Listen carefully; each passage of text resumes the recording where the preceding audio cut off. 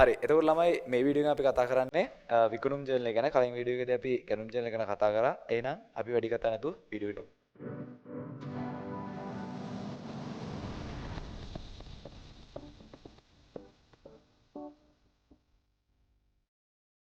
හරි. එතකොට අපි කලින් වීඩියෝ එකේදී කතා කරා ගැනුම් ජර්නල් එක ගැන. ගැනුම් ජර්නල් එකේදී කතා කරා ගැනුම් ජර්නල් එක කියන්නේ මොකද්ද? ගැනුම් ජර්නල් එකේ මූලාශ්‍ර ලේඛනය මොකද්ද කියලා. එතකොට ගැනුම් ජර්නල් එකේදී කතා කරේ ගැනුම් ජර්නල් එක කියලා කියන්නේ ව්‍යාපාරයක වෙළඳ භාණ්ඩ ණයට ගැනුම් සම්බන්ධ. ඒ කියන්නේ නැවත විකිණීමේ පරමාර්ථයෙන් ණයට ගන්නා භාණ්ඩ සම්බන්ධ තොරතුරු මුලින්ම සටහන් කරන ලබන මූලික සටහන් පොත තමයි ගැනුම් ජර්නල් කියලා කිව්වේ. ඒකට අදාළ මූලාශ්‍ර ලේඛනය ගැනුම් ඉන්වොයිස් කියලා කිව්වා. එතකොට පුතේ විකුණුම් ජර්නල් එක කියලා කියන්නේ ඒකෙම අනිත් පැත්ත. ඒ කියන්නේ අපි භාණ්ඩ ගන්නවා අරගෙන අපි විකුණනවානේ. එතකොට ඒ විදිහට අපි අරගෙන ඒ කියන්නේ ණයට අරගෙනම විකුණන ඒවා නෙවෙයි කොහොම හරි අරගෙන ණයට විකුණන වෙළඳ භාණ්ඩ. මොකද්ද මං කිව්වේ?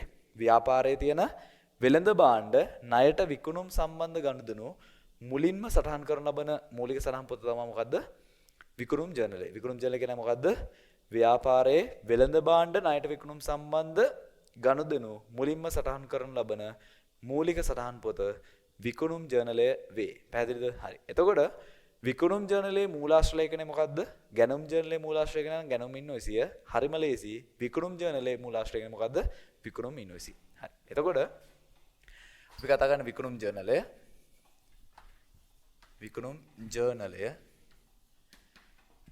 විකුණුම් ජර්නලයේ මූලාශ්‍ර ලේඛනය විකුණුම්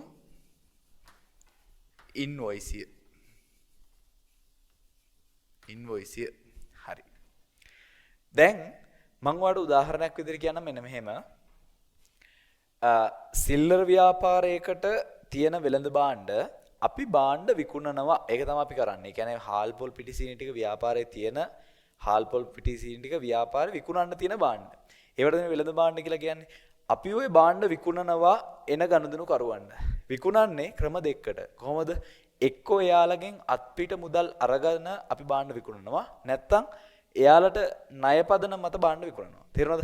එතකොට මේ විකුණුම් ජර්නලයේ ගනුදෙනු දාන්නේ අර ණය පදනම මත ගනුදෙනු කරවන්න ව්‍යාපාරයේ වෙළඳ භාණ්ඩ විකුණනවා නම් ඒක තමයි විකුණුම් ජර්නලයේ දාන්නේ. පැහැදිලි වැඩේ? හරි. එතකොට මම ඔයාලට මෙතෙන්දිම ටක් ගාලා කියන්නම් විකුණුම් ජර්නලයේ ආකෘතිය. විකුණුම් ජර්නලයේ ආකෘතියත් අර ගැනුම් ජර්නලයේ ආකෘතිය විදිහම තමයි. එකට තියෙනවා දිනය තීරුව. ඊට පස්සේ මූලාශ්‍ර ලේඛනයට අදාළ තීරුව තියෙනවා. ඒ කියන්නේ විකුණුම් ඉන්වොයිස් අංක. ඊට පස්සේ පුතේ මෙන්න මෙතන ඔයා බලන්න හොඳට මේ තියෙන විකුණුම් ජර්නලයනේ. විකුණුම් ජර්නලයේදී අපි කරන්නේ විකුණන එක භාණ්ඩ ණයට විකුණන එක ණයට විකුණා දිහා පැත්තෙන් ඇති වෙන්නේ මොනුන්ද? ණය ගැතියෝ. ණයට ගද්දි ඇති උනේ මොනුන්ද? ණය හිමියෝ. එතකොට මැද තීරුවේ ආවේ ගැනුම් ජර්නලේ ණයට ගන්නකොට ඇති උනේ ණය හිමියෝනේ. එතකොට මෙතන ණය හිමියන්ගේ විස්තර ආවේ. එහෙනම් විකුණුම් ජර්නලයේ එන්නේ මොනුන්ද? ණය ගැතියන්ට අදාළ විස්තර. පැහැදිලිනේ? හරි. එතකොට මේ තීරු ටික හරියම ලේසි මතක තියාගන්න. මොනවද? ගානක් දැක් හදනකොට මේක සෙට් වෙනවා හොඳටම. මේ තියෙන දිනය මේ තියෙන මූලාශ්‍ර ලේඛනයට අදාළ තීරුව. ඒ කියන්නේ ඉන්වොයිස් අංක. මෙතන ඉන්නේ පුතේ ණය ගැතියෝ. ණය ගැතියන්. මෙන්න යාට අදාළ වටිනාකම්. හරිනේ? පට්ට ලේසි.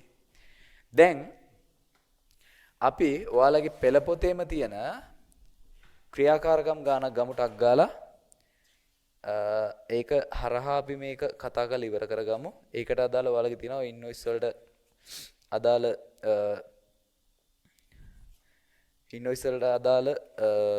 රූප සටහන නම් මම ඔක්කොම දීලා තියෙනවා.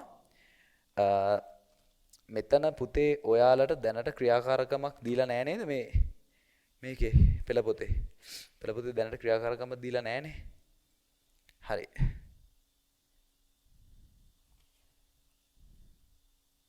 ක්‍රියාකාරකම් අංක 3 තියෙනවා. මොකක්ද තියෙන්නේ? ක්‍රියාකාරකම් අංක 3 තියෙනවා. මොකක්ද දීලා තියෙන්නේ?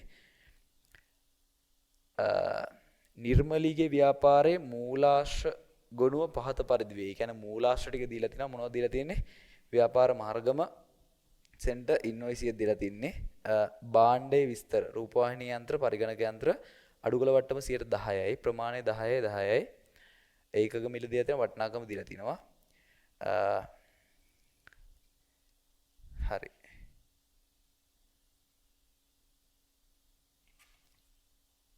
මේ තියෙන පුතේ විකුණුම් ඉන්වොයිස් 3ක් දීලා තිනවා ඔයාලට. Gayashan centre Nugegoda, Nilushan centre Dehiwala, Dilshan centre Dikwella. හරිද? මෙන්න මේ ආයත විකුණලා තිනවා අපි බාණ්ඩ. පෙර මුදල් ගෙවීමට නම් 4ක වට්ටමකි.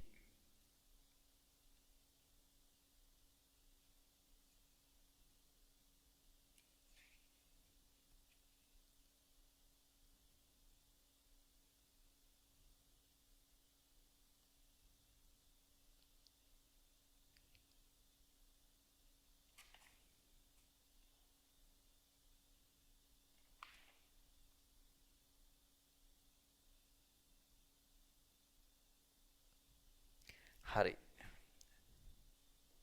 එතකොට අපි යම් පළවෙනියටම තියනවා කවුද? දිනය අංක 3.2. දිනය අංක 3.2. 3.2 ඉන්නවා ගයාශාන්. අපේ ණය ගැතිය ඉන්වොයිස් සංඛ්‍යය මොකද්ද? ඉන්වොයිස් සංඛ්‍යය දීලා තිනවා 1820. ගයාශාන් මොනවද දාන තියෙන බාණ්ඩ? රූපවාහිනී යන්ත්‍ර 10යි, පරිගණක යන්ත්‍ර 10යි, රූපවාහිනී යන්ත්‍රයක් 15000යි, 30000යි පරිගණක යන්ත්‍රයක් දෙකේම එකතුව ඇවිල්ලා තිනවා 450000ක්. අඩු කළ වෙළඳ මට්ටම 45000යි. එතකොට අපි ගන්න වෙළඳ වට්ටමෙන් පසු. ඒ කියන්නේ වෙළඳ වට්ටම ගිණුම් කරන්නේදී ගන්නෙ නෑනේ. ගන්න මුදල් වට්ටම පමණයිනේ. එතකොට වෙළඳ වට්ටම් පසු වටිනාකම තියෙනවා 4,50,000ක්. ගයාශාන් 4,50,000යි. 4,50,000යි. හරිද? ඊට පස්සේ අංක 2 නිලූෂා සෙන්ටර් 1821. 1821 දිනය 3.16. 3.16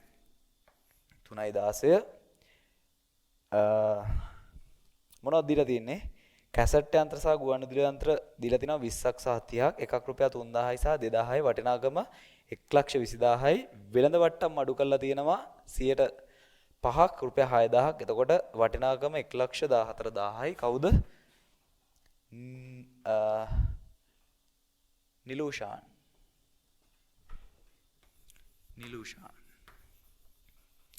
1,14,000යි. 1,14,000යි. හරිද? තුන්වෙනියට දිල්ෂාන් සෙන්ටර්. දිල්ෂාන් 3යි කීයද දිනේ 18. ඉන්වොයිස් අංක 1822. 1822 දිල්ෂාන් වටිනාකම තියෙනවා ඡායා පිටපත්‍ර යන්ත්‍ර ගුවන්විදුලි යන්ත්‍ර 8ක් සහ 10ක් 50,000 සහ 20,000 බැගින් කීයද? 6,00,000යි. එතන වෙළඳ වට්ටමක් කිසිම දෙයක් අඩු කරලා නැහැ. ඒක නිසා වටිනාකම කෙලින්ම දාන්න 6,00,000ක්. 6,00,000ක්. හරිද? 6,00,000යි. හරිද? දැන් මෙන්න මේ විදිහට විකුණුම් ජර්නලේ එකතු කරන්න පල්ලයට. 0.3යි 5.4යි 9යි එතන 1යි 5.6යි 11යි 11,19,000ක් 11,19,000ක් සම්පූර්ණ ණයගැතියන්ගේ වටිනාකම ණයගැතියන්ට භාණ්ඩ විකුණපු සම්පූර්ණ විකුණුම් වල වටිනාකම 11,19,000යි. හරිද? දැන් ඔයා ලෙජරේට පිටපත් කරන්න තමයි යන්නේ. ලෙජරේට පිටපත් කරන්න යන්නේ. හරිම ලේසි. ලෙජරේට අදාළ දිස්ත්‍රාන් ටික වට තේරුම් ගන්න. මේක පට්ට ලේසි. කොහොමද තේරුම් ගන්නේ? විකුණුම් ජර්නලයෙන් වෙන්නේ වෙළඳ භාණ්ඩ ණයට විකුණන එකනේ. ණයට විකුණනකොට ඇති වෙන්නේ මොනවද? ණය ගැතිය. ණය ගැතියන් සහ විකුණුම් ගිණුම තමයි අදාළ ගිණුම් දෙක. මොනවද? ණය ගැතියන් සහ විකුණුම්. හරිද? ඉස්සෙල්ලාම අපි ගහගමු විකුණුම් ගිණුම. විකුණුම් ගිණුම ගහගමු. එතකොට පුතේ ඔයා හොඳට මතක තියාගන්න විකුණුම් ජර්නලේ සම්පූර්ණ එකතුව තමයි විකුණුම් ගිණුමට ගෙන යන්නේ. විකුණුම් කියන්නේ ව්‍යාපාරයේ ආදායමක්. එහෙනම් මෙතනින් අපි මේ එකතුවට දාමු විකුණුම් ගිණුමට ගෙන ගියා කියලා. විකුණුම් ගිණුමට ගෙන ගියා. ගෙන ගියා කියලා දැම්මා. දැන්වා බලන්න මෙතැන්දි දිස්සනවට හදාගන්න අමාරු නම් අර තියරි වලින්ම එන්නේ නෑ. ඔය මතක තියාගෙන කටපාඩම් කරගෙන දඟලන්න එපා. තියරි වලින් එන්නේ. එතකොට ඕන තැනක එරුණත් ගොඩ දා ගන්න පුළුවන්. විකුණුම් කියන්නේ ආදායම් ගිණුමක්. ආදායම් වැඩිවීම බැර අනික් පැත්තෙන් ඇති වෙන්නේ ණයට විකුණනකොට ණය ගැතියෝ. ණය ගැතියෝ කියන්නේ ව්‍යාපාර වත්කමක්. වත්කම් වැඩිවීම හර. විකුණන්න ණය ගැතියෝ වැඩි වෙනවා. ඒ කියන්නේ ණය ගැතියෝ හර වෙනවා. විකුණුම් බැර වෙනවා. එහෙනම් විකුණුම් ගිණුමට බැර කරන්න එකතුවක් විදිහට ණය ගැතියෝ හින්දා තමයි 11,19,000ක් බැර වෙන්නේ. 11,19,000 බැර වෙනවා විකුණුම් ගිණුමට. එතකොට ඊට අදාළ ණය ගැතියන්ගේ ගිණුම් ගහගන්න කවුද ඉන්නේ? ගයාෂාන් නිලූෂන් සහ දිල්ෂාන්. හරිද? ගයාෂාන් 1820 කියන ඉන්වොයිස් සංඛ්‍යා යටතේ 4,50,000 එකතුවක් විදිහට විකුණුම් ගිණුමට බැර වෙලා තියෙනවා. එහෙනම් ගයාෂාන් ගිණුමට හර කරන්න විකුණුම් කියලා 4,50,000යි. නිලූෂන්ගේ ගිණුමට නිලූෂන්ට විකුණපු 1,14,000 එකතුවක් විදිහට විකුණුම් ගිණුමට බැර වෙලා තියෙනවා. එහෙනම් නිලූෂන් ගිණුමට හර කරන්න විකුණුම් කියලා කීයද? 1,14,000. හරිද? අවසාන වශයෙන් දිල්ෂාන්ට විකුණපු 6,000ක් එකතුවක් විදිහට විකුණුම් ජර්නලයට බැර වෙලා තියෙනවා. එහෙනම් දිල්ෂාන් ගිණුමට හර කරන්න විකුණුම් කියලා 6,000යි. පැහැදිලිද වැඩේ? පැහැදිලි නේ වැඩේ? හරි. එතකොට මෙතන ගිණුම් මන්තුලනය කරන්න යන්නේ නැහැ. මොකද තියරි ගොඩක් දීර්ඝ කරගන්න නැතුව අපි ටක් ගාලා පාස් පේපර්ස් වලට යන්න අවශ්‍ය කරන තියරි බේස් ටික හදාගෙන ඉවරලා ටක් ගාලා පාස් පේපර්ස් වලට යමු. ඊට පස්සේ අපි තියෙන අඩුපාඩු ටික හදාගමු. දැනටවා මේ තියරි ටික හොඳට අවබෝධ කරගන්න මේ තියෙන විකුණුම් ජර්නල් එකක් හදන්නේ කොහොමද? ඊට අදාළ සියලුම තියරි කොටස් ටික මේක අස්සේ තියෙනවා. ඔයාලා වැඩි මුකුත් හිතන්න එපා. මේ දවස් ටිකෙම පොඩ අසරීපෙ ගිද්දේ ඒකද මේ කියන දේවල් පොඩ්ඩක් ඇහෙන්න නැති වෙන්න පුළුවන්. පොඩ්ඩක් හිර වෙනවා වගේ ගතියක් එන්න පුළුවන්. ඒක වැඩි ගණන් ගන්න එපා. එතකොට පුතේ දැන් අපි ගැනුම් ජර්නල් එක කතා කරලා ඉවරයි. විකුණුම් ජර්නල් එක දැන් අද කතා කරලා ඉවරයි. එහෙනම් අපි ඊළඟට තියෙන පොදු ජර්නල් එක ඊළඟ වීඩියෝෙන් කතා කරමු.